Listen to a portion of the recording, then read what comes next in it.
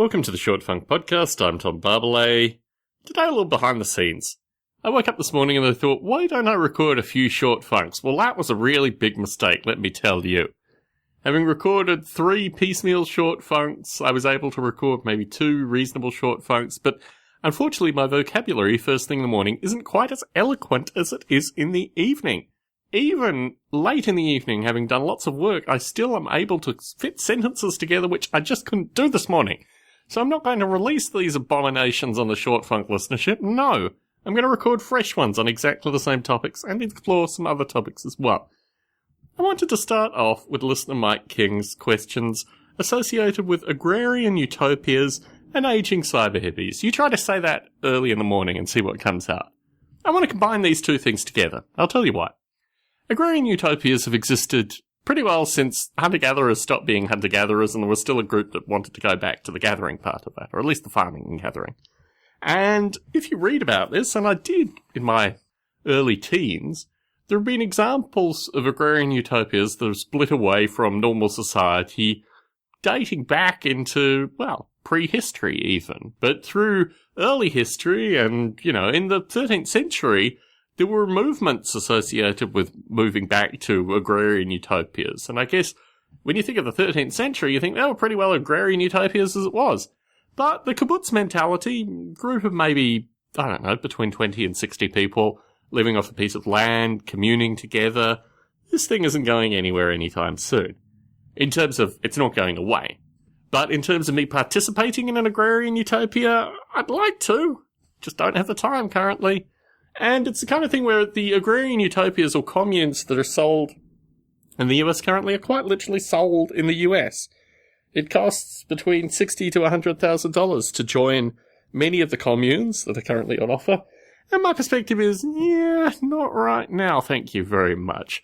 It's interesting actually because I wanted to juxtapose the agrarian utopias with cyber hippies because most of my experience of aging cyber hippies came in, what folks would like to think of as agrarian utopias. So I do put the two together. Obviously, there are these city cyber hippies that have got nothing to do with agrarian utopias. But in terms of my quality time spent in the company of cyber hippies, most of them were in agrarian utopias. And here's a little interesting fact. If you're going to create an agrarian utopia in the modern world, you are not going to be wanting to do it without just a little sliver of technology because people will want to do things like call people, maybe occasionally use email. And that requires a cyber hippie, functionally, to have some kind of connection to the outside world that they can deal upon the community whenever it's needed. In terms of the genre of aging cyber hippies, I've known aging cyber hippies since I was probably in my early teens. In fact, reflecting back, I spent way more time with cyber hippies when I was in Australia than I did in the US or the UK. In fact, I can't think of any cyber hippie that came in contact with me while I was in the UK. Maybe I just didn't know they were cyber hippies. In any case, the term cyber hippie, I think, actually might be a Barbalet-ism. I mean, I certainly used it prior to it being fashionable, and I don't think it's ever really been fashionable. I didn't create the term. It was kind of used as a conjunction to describe what the folks did in elands. But I certainly haven't heard the term cyber hippie used out in the wild for many, many years, and I'm wondering if Mike King is actually making an homage to Field of Chaos in this terminology. In any case, I feel cyber hippies are, they're part of the ecosystem. They exist out there in the kind of general technology discourse. And the aging cyber hippies are pretty well caught in their way and, do what they do. I don't think they have the social impact that they could have had or once had. And I think in general, there's a certain degree of skepticism that comes around, these people when they're out in the broader community. That being said, I might hang out with a cyber hippie occasionally. I mean, my friend Bruce Damer is kind of in that genre. And, when I spend time with him, it's actually quite nice. It's quite difficult to get to him. He certainly doesn't come down to the lowland and see where us common folk live. But, I don't know. I don't think I could ever be a cyber hippie. I like shaving. I like shaving way too much. Like, first thing in the morning, like, even if I'm working on weekends, I really don't like starting to work until I've had a good shave. And quite frankly, the accoutrements of society, deodorant, razors, maybe even a little aftershave, if I'm feeling particularly like it. Funnily enough, the only time I've ever gone, in recent memory, without a shower and a shave was when I was staying with Bruce Damer when my brother came over to the US and we were travelling around in 2009.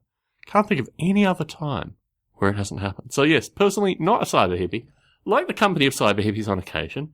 Don't find it that enlightening, but it's kind of fun. They're kind of people that like to talk. When I was younger, I had a strange relationship with cyber hippies because they realised, the cyber hippies in Australia were distinctly different than the ones over here. The ones over here have a kind of hierarchical structure, which I'm a part of. I'm not isolated from these folk. But in Australia, the needs of the cyber hippies that I was around were mainly associated with like computer repair and just knowing that I was someone who was relatively knowledgeable in technology and could hold a conversation. I guess they're the same qualities that get me in front of them now. I don't know. I'm not particularly offended by them. I don't spend a lot of time, heavily listening to them. I like listening to the Psychedelic Salon and, Lorenzo Haggerty and these kind of folk. And I guess Lorenzo Haggerty's a cyber hippie. Never met the guy. I will one day, I'm sure. Tom Barbalet in San Jose, signing out.